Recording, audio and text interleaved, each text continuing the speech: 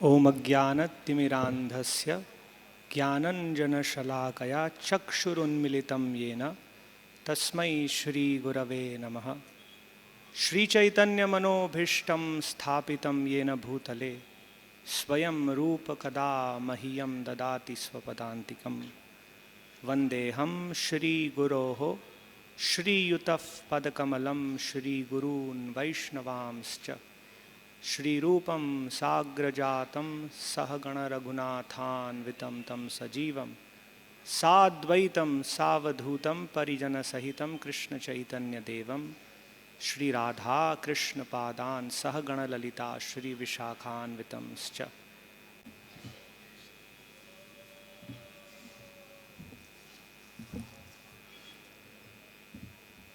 तो आज हरिनाम दीक्षा का अनुष्ठान का आयोजन यहाँ किया गया है।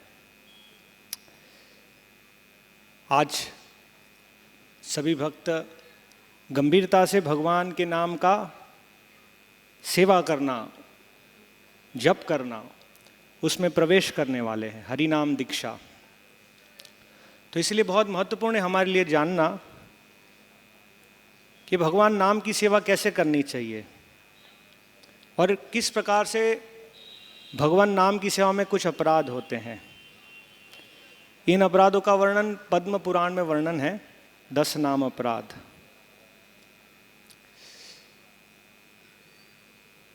तो ये अपराध किस प्रकार से है? ये अपराध किसी विशेष व्यक्ति के माध्यम से, किसी स्थान के माध्यम से, किसी समय के माध्यम से नहीं है। भगवान नाम के जप में कोई देश, काल, पात्र, स्थान, स्थिति ऐसा विचार नहीं है। चैतन्य महाप्रभु समझाते हैं, देश काल विचार नहीं। अपने शिक्षाष्टक में चैतन्य महाप्रभु समझाते हैं कि भगवान ने अपनी सभी शक्ति अपने नामों में नियोजित कर दी है। नाम नाम अकारी बहुधा निज सर्वशक्तिस् तत्रार्पिता नियमित स्मरणेन कालः। एतादृशी तव कृपा भगवन् ममापि दुर्दैवम ईदृशम इहाजनि नानुरागः। भगवान की विभिन्न शक्तियां हैं। शास्त्र में वर्णन है, परास्य शक्तिर विविधैव श्रूयते। तो भगवान ने अपनी सभी दिव्य शक्तियों को अपने नाम में नियोजित कर दी है। भगवान का नाम और भगवान अभिन्न है। अभिन्नत्व नाम नामिनः। नाम चिंतामणि कृष्णश्चैतन्य रस विग्रह नित्य शुद्ध पूर्ण मुक्त अभिन्नत्व नाम नामिनः। तो हमें भगवान नाम किस प्रकार से लेना है ना? हमें भगवान नाम उस प्रकार से लेना है जैसे भगवान चाहते हैं, क्योंकि भगवान का नाम और भगवान अभिन्न है। तो विशेष रूप से भगवान नाम के उच्चारण में जो अपराध है वो मनस्थिति, हमारी मानसिकता, हमारी समझ, उसके ऊपर निर्धारित है। और जैसे अभी राधेश प्रभु ने वर्णन किया कि भगवान नाम का जो समझ है, जो मनोवृत्ति है, वो केवल भगवान नाम लेते समय नहीं, पूरे दिन और आजीवन हमें इस समझ को बनाए रखना है। ऐसा समय होगा जब हम भगवान नाम ले रहे हैं और ऐसा समय होगा जब हम भगवान नाम के माध्यम से भगवान की व्यवहारिक सेवा कर रहे हैं।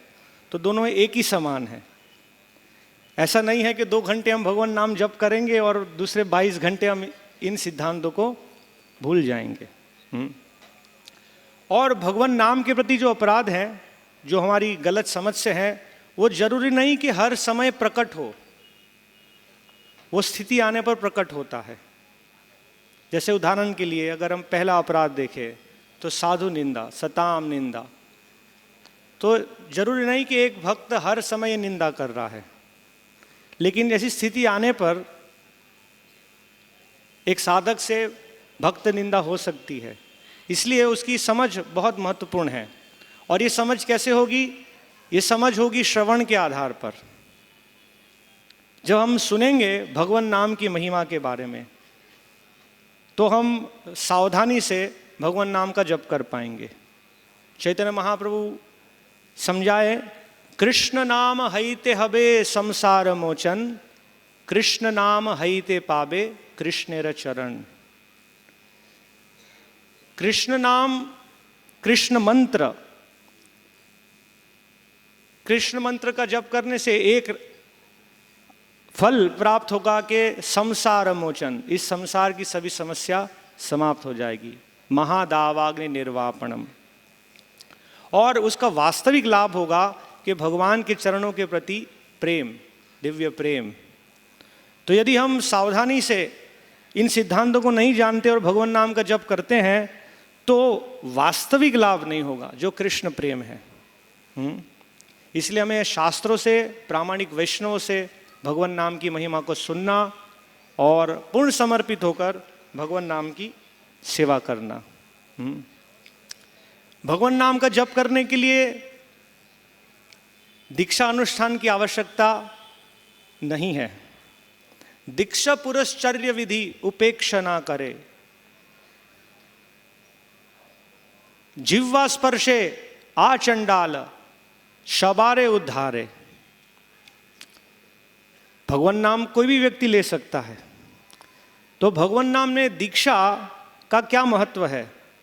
श्रील प्रभुपाद एक पत्र में समझाते हैं, दीक्षा मतलब प्रामाणिकता, ऑथोराइजेशन।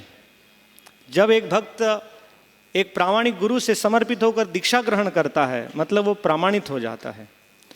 तो आज जो संकल्प भक्त ले रहे हैं भगवान नाम में प्रवेश करना, वो संकल्प है कि हम प्रतिबद्धता, अपना कमिटमेंट का प्रदर्शन कर रहे हैं कि हम नियमित रूप से एक संख्यापूर्वक नाम जप करेंगे, प्रतिदिन 16 माला का जप करेंगे, सही सिद्धांत को समझकर भगवान का नाम जप करेंगे, जिससे हम हरि नाम के प्रति जो अपराध हैं उनसे बचेंगे, है ना।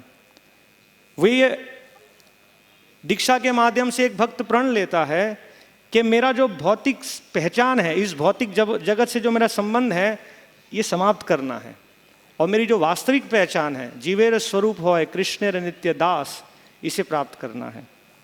तो इस प्रकार से हमें सही समझ से भगवान नाम का जप करना होगा, तभी हम इन अपराधों से बच पाएंगे। तो पद्म पुराण में 10 नामापराध का वर्णन है। प्रथम अपराध है सताम निंदा परमम अपराधम वितनुते, यत ख्यातिम यातम कथमु सहते तद विग्रहम। जिन महाभागवतों ने अपना पूरा जीवन भगवान नाम का प्रचार करने में लगा दिया है, तो भगवान कैसे उनकी निंदा सहन करेंगे? शास्त्रों में वर्णन है कि भगवान के भक्तों की पूजा करनी चाहिए। भगवान कहते हैं मद भक्ता पूज्याभ्याधिका, मेरी पूजा से भी महान है मेरे भक्तों की पूजा करना। तदीयानाम समर्चनम।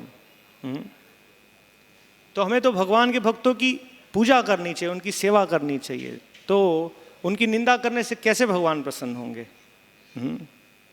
सामान्यतः ये निंदा, साधु निंदा, भगवान के भक्तों के प्रति निंदा का बीज है द्वेष भाव।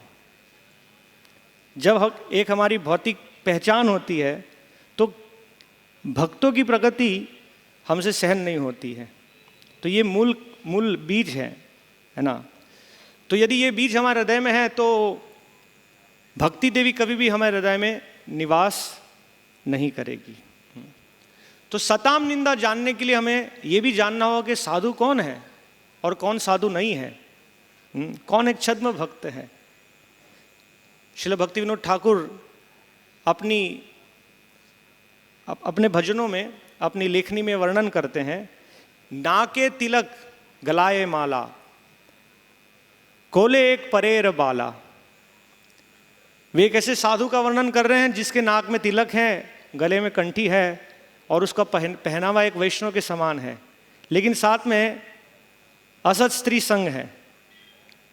तो ये विवरण श्रील भक्ति विनोद ठाकुर क्यों वर्णन कर रहे हैं? क्योंकि ये 1 या 2 प्रसंग की बात नहीं है। ऐसी परिस्थिति थी जहां बहुतायत में ये पाया जाता था। तो इसलिए हमें जानना होगा कि साधु कौन है और कौन साधु नहीं है।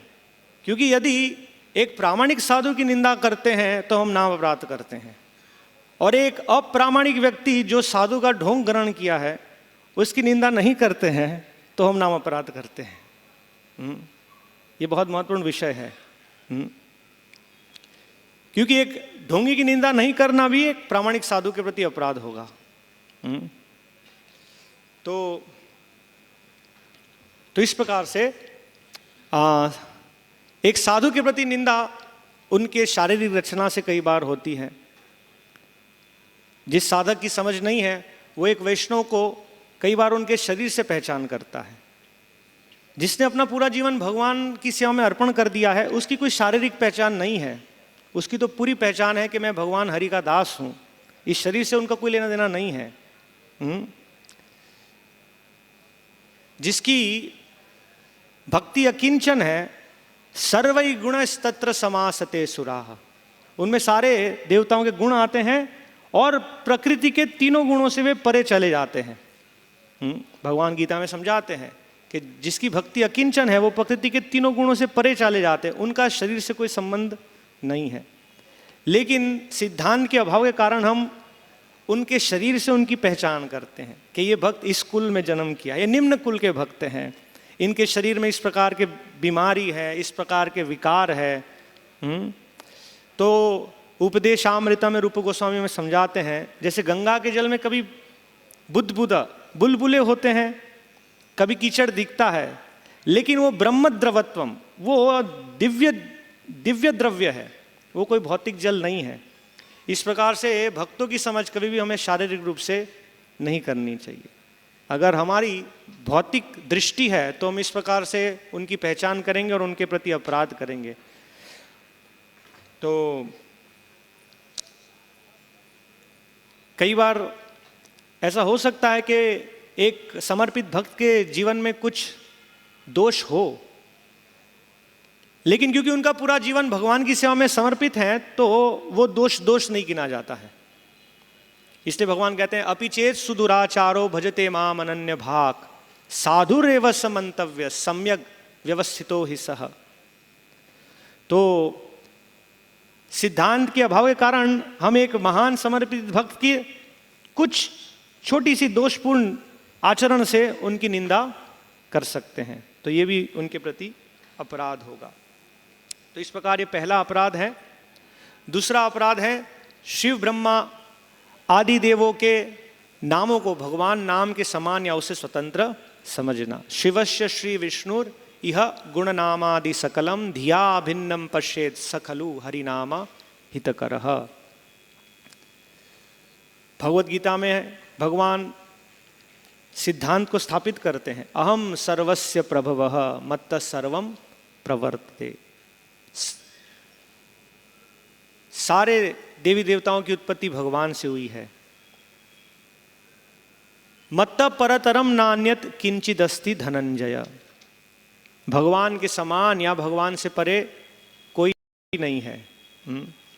तो ये भी सिद्धांत के अभाव के कारण एक साधक भगवान नाम का जप लेता है और उसकी तुलना किसी देवी देवता के नाम के समान करता है। श्रील प्रभुपाद समझाते हैं कि कृष्ण कृष्ण नाम लेना और दुर्गा दुर्गा या काली काली नाम लेना एक समान नहीं है।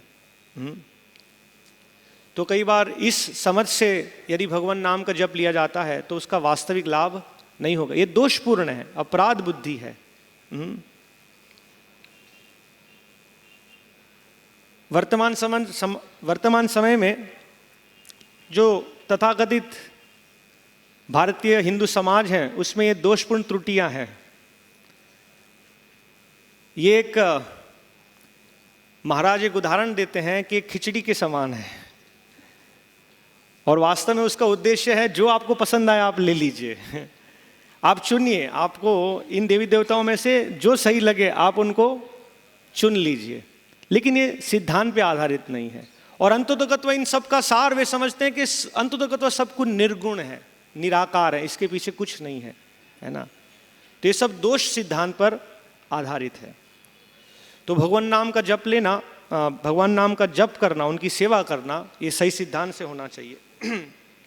तो एक तरफ किसी देवी देवता का नाम भगवान नाम के समान नहीं समझना, दूसरी तरफ वे भगवान से स्वतंत्र नहीं है ये भी समझना। या वे सब भगवान के सेवक हैं, उनका कोई अलग अस्तित्व नहीं है। चैतन्य चरितामृत का वर्णन है, एकल ईश्वर कृष्ण आर सब भृत्य। सारे देवी देवता भगवान के सेवक हैं। जे जैचे नचाया ते तैचे करे नित्य। जैसे भगवान नचा रहे हैं तो भगवान की धुन पर सारे सेवक नाच रहे हैं, है ना। तो इस प्रकार से भर्त्सना करना भी भक्तों का हृदय नहीं है।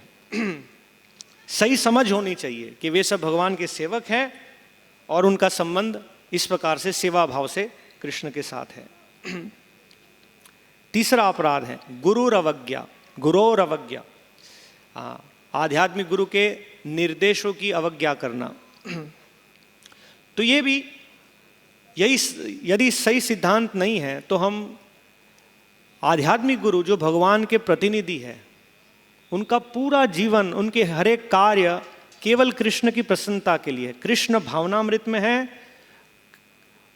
और एक शिष्य को उद्धार करने के लिए, एक शिष्य का कल्याण करने के लिए है। उनका कोई निजी लाभ नहीं है। अगर इन सिद्धांतों की समझ नहीं होगी तो हम भगवान के ऐसे महान सेवक को साधारण मनुष्य समझेंगे। तो ये अपराध है। गुरुषु नरमति। श्रीमद् भागवतम में भगवान कहते हैं, आचार्य माम विजानियान नावमन्येत करहिचित न मर्त्य बुद्ध्या असूयत सर्वदेव मयो गुरुहु। आचार्य मैं ही हूं, न मर्त बुद्ध्या असूयत। उन्हें एक साधारण मनुष्य की तरह नहीं समझना। ऐसी पूरी संभावना है क्योंकि वे हमारे सामने उपस्थित हैं। वे कुछ आहार ग्रहण करते हैं, निद्रा प्रदर्शन करते हैं, कभी बीमार होते हैं, कभी क्रोधित होते हैं। तो एक शिष्य के लिए ऐसी संभावना होगी कि वे उन्हें एक साधारण मनुष्य की भांति समझे, है ना। वे समझ सकते हैं कि वे साधारण मनुष्य हैं, कुछ साल हमसे आगे हैं, लेकिन ये दोष बुद्धि है, सिद्धांतों के अभाव के कारण है। आध्यात्मिक गुरु की विशेषता, उनका जो विशेष वैभव है वो है कि वो पूर्ण रूप से भगवान के सेवक हैं। कृष्णार्थे अखिल चेष्टा। उनके जीवन में कृष्ण की सेवा और कोई कार्य नहीं है। और उनका सबसे महत्वपूर्ण योगदान है कि शास्त्रों को बिना निजी लाभ के प्रदान करना, शास्त्रों को प्रदान करना, शास्त्र के संदेश को प्रदान करना और शास्त्र के आचरण को अपने जीवन के माध्यम से प्रदर्शित करना, है ना। ये विशेषता है। तो इस प्रकार से हमें सही समझ से, सामान्यतः एक साधक की जो दोष बुद्धि है वो दृष्टिकोण है कि वो प्रयोग से गुरु का आंकलन करना चाहता है, अनुभव से, अपनी इंद्रियां, मन, बुद्धि के माध्यम से गुरु का माप करना चाहता है, लेकिन उससे कभी भी वो नहीं समझ पाएगा। तो इस प्रकार से हमें इस अपराध से बचना चाहिए। चौथा नाम अपराध है श्रुति शास्त्र निंदनम। वैदिक शास्त्रों अथवा प्रमाणों का खंडन करना। श्रील प्रभुपाद इस 10 नाम अपराध की एक व्याख्या में समझाते हैं कि कोई भी प्रामाणिक संप्रदाय है उनका आधार वैदिक शास्त्र है। बिना शास्त्र के कोई भी प्रामाणिक संप्रदाय स्थापित नहीं होता है। और ये सारे शास्त्र भगवान के निश्वास से प्रकट हुए हैं, इसीलिए शास्त्रों को भी ब्रह्म कहा जाता है, परम सत्य को ब्रह्म कहा जाता है। अर्जुन कहते हैं परम ब्रह्म परम धाम, तो भगवान है परम ब्रह्म। इस प्रकार से शास्त्र है शब्द ब्रह्म। तो यदि वैदिक शास्त्रों का खंडन किया जाता है, जैसे आज वर्तमान समाज में ये एक फैशन है, प्रचलित फैशन है कि शास्त्रों का खंडन करना, मैं नहीं मानता, है ना। यदि शास्त्र में ऐसा है मैं स्वीकार नहीं करता, लेकिन अपनी अपूर्ण बुद्धि से हम शास्त्र की विवेचना नहीं कर सकते हैं। वे सारे भगवान के निश्वास से प्रकट हुए हैं। इन शास्त्र में वो भी शास्त्र सम्मिलित हैं जहां देवी देवताओं की उपासना का वर्णन है, उसका मार्गदर्शन है, या उन शास्त्र का भी उस शास्त्र को भी समन्वित किया जाता है जहां पर मांसाहार करने की भी कुछ वर्ग को अनुमति दी गई है। जरूर ये उच्च वर्ग के लिए नहीं है, ये उन वर्ग के लिए है जो प्रकृति के निम्न गुणों में स्थित है, उनके लिए है ना। तो इस प्रकार से हमें जो साधक हैं, जो अपना जीवन हरि नाम की सेवा में अर्पण करना चाहते हैं, उसे चतुर्थ अपराध से बचना चाहिए। पंचम अपराध तथार्थवादो, और छठा अपराध है हरिनामनि कल्पनम। अर्थात भगवान नाम में अर्थवाद का आरोप करना या शास्त्रों में वर्णित भगवान नाम की महिमा को काल्पनिक समझना। तो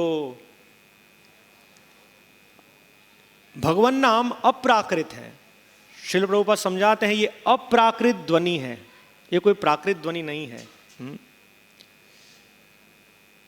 तो अगर हमारी सही समझ नहीं है या हम अप्रामाणिक स्रोत से श्रवण करते हैं तो हम भगवान नाम को एक प्राकृत ध्वनि समझते हैं और उसमें अर्थवाद का आरोप करते हैं। जैसे आज कई कई प्रयोग किए जाते हैं जहाँ पर वर्णन है कि ये हरे कृष्ण महामंत्र जो है इसमें ह का अर्थ ये है, र का अर्थ है ये है, और इसमें एक प्रकार की ऊर्जा उत्पन्न होती है और उस ऊर्जा से मस्तिष्क में इस प्रकार के विकार आते हैं और उस प्रकार के विकार से हम शांति अनुभव करते हैं, है ना, सारी चिंताएं हमारी चली जाती है। तो भगवान नाम भगवान से अभिन्न है, ये अप्राकृत ध्वनि है। इसको कभी भी एक प्राकृत ध्वनि या प्राकृत प्रयोग से कभी भी भगवान नाम को हमें नहीं समझना चाहिए। हम कभी भी भगवान नाम को इस प्रकार से नहीं समझ पाएंगे।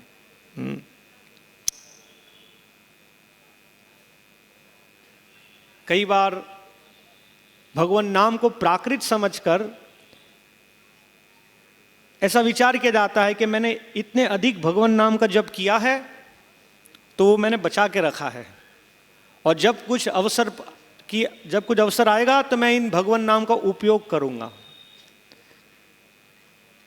जैसे वर्तमान में व्यवसाय में कुछ क्रेडिट पॉइंट होते हैं कि हमने क्रेडिट पॉइंट इकट्ठा किए और जब उसका उपयोग हो तो हम उसको, जब अवसर होगा तो उसका उपयोग करेंगे। तो इस प्रकार से भगवान नाम किसी भौतिक फल के लिए उपयोग करने का कोई विषय नहीं है। तो एक साधक को इस प्रकार की मनोवृत्ति से बचना चाहिए।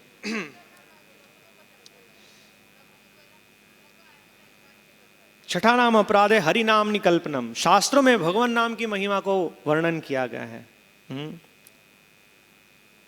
ऐसा वर्णन है कि एक भगवान नाम सारे पापों को नष्ट कर सकता है। वो उन सब पापों को नष्ट कर सकता है जो एक जीव कर नहीं सकता है। पातकम पातकी नरह।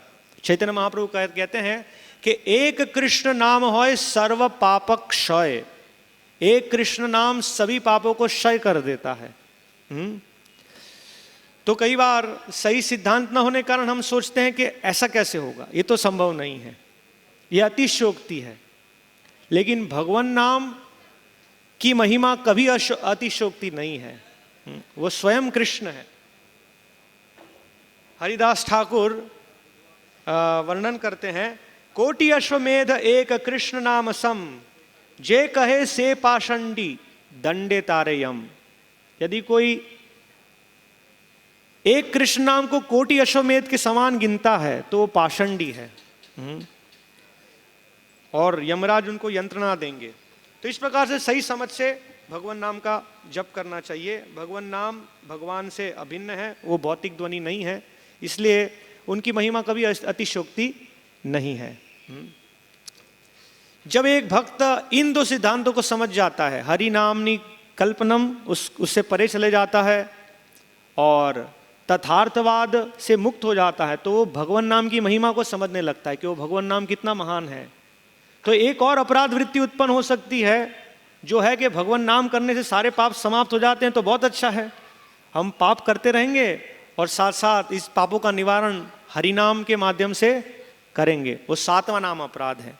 नाम नो बलाद यस्य ही पाप बुद्धिर न विद्यते तस्य यमेर ही शुद्धि ही।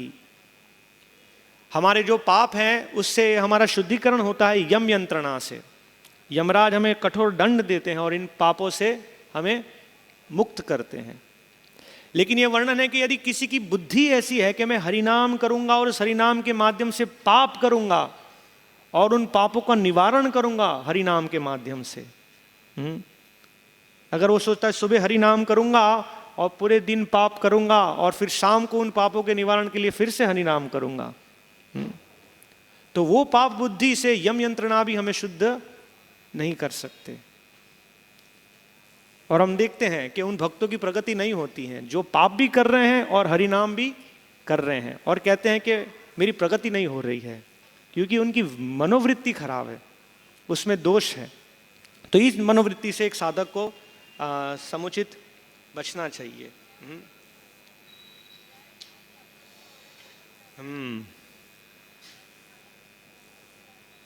तो अष्टम नाम अपराध है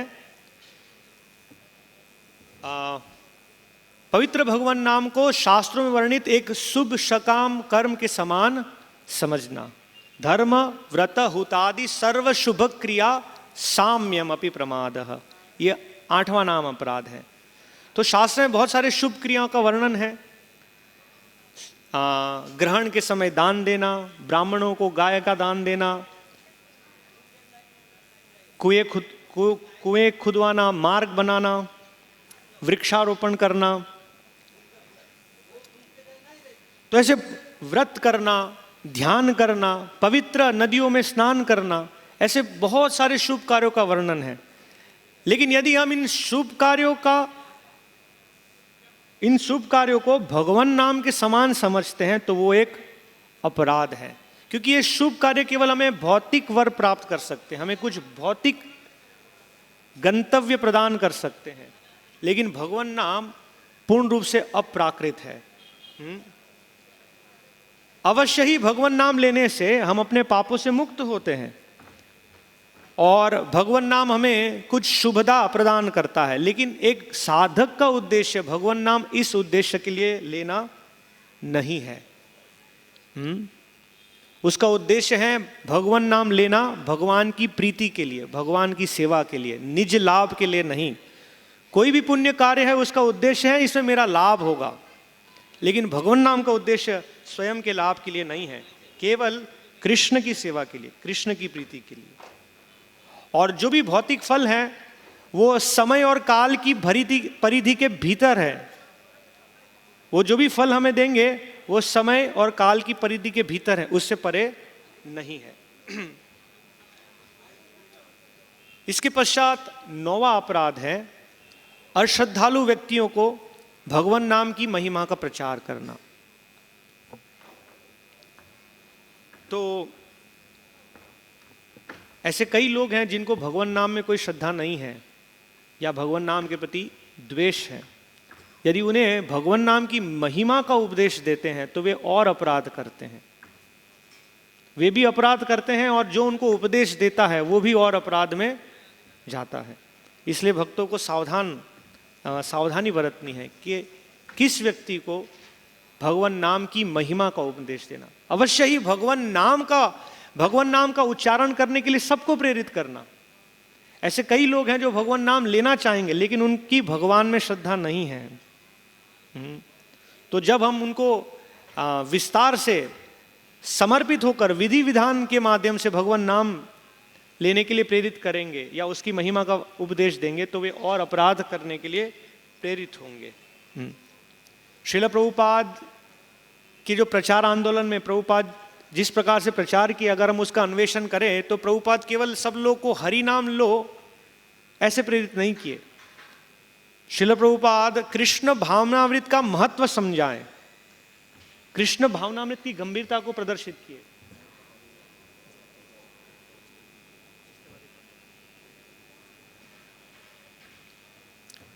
तो यदि श्रील प्रभुपाद की प्रचार प्रणाली को हम देखें, उसका अनुसंधान करें, तो श्रील प्रभुपाद कृष्ण भावनामृत का महत्व स्थापित किए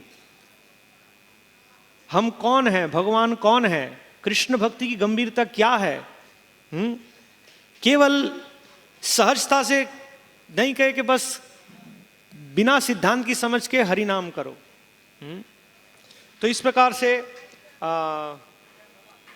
हरि नाम का प्रचार इन सिद्धांत के माध्यम से होना चाहिए।